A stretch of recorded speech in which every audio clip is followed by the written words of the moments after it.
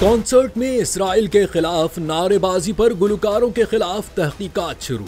बरतानिया के सबसे बड़े मूसीकी मेले ग्लेस्टनबरी में दो फनकारों पर इसराइल के खिलाफ नारेबाजी करने पर इंक्वायरी शुरू कर दी गई। आलमी खबरसां इदारे के मुताबिक बरतानवी पुलिस ने बताया कि दोनों रैपर्स बैंड्स बॉब वायलन और नी कैप की परफॉर्मेंसेस को पब्लिक ऑर्डर वाक़े के तौर पर रिकॉर्ड किया गया। दोनों रैपर्स पर इल्जाम है कि उन्होंने न सिर्फ इसराइल और यहूदी मुखालिफ नारेबाजी की बल्कि बरतानवी वज़ीर आज़म को भी तनकीद का निशाना बनाया।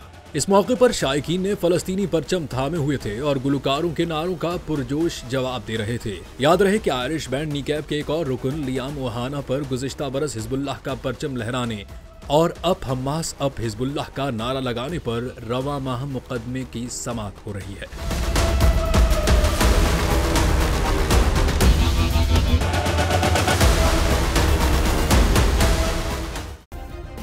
सब्सक्राइब करें और बेल दबाएं ताकि कोई खबर रह न जाए।